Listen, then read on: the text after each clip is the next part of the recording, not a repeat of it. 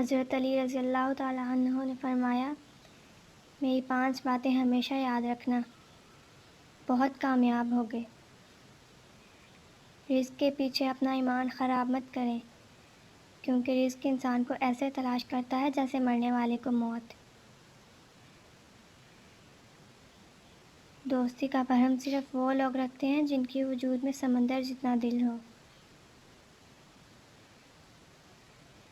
اللہ تعالیٰ کے سوا کسی سے کوئی امید نہ رکھنا، کیونکہ اللہ پاک کے علاوہ کوئی ذات نہیں جو تمہاری امید کو پورا کر سکے۔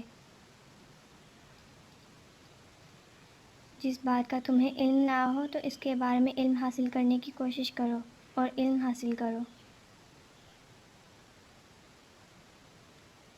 اور فرمایا صبر کرو، ہر حال میں صبر کرنا انسان کے لیے بہتر ہے۔ صبر ایمان کا حصہ ہے، اس لیے صبر کا دامن کبھی مت چھوڑنا۔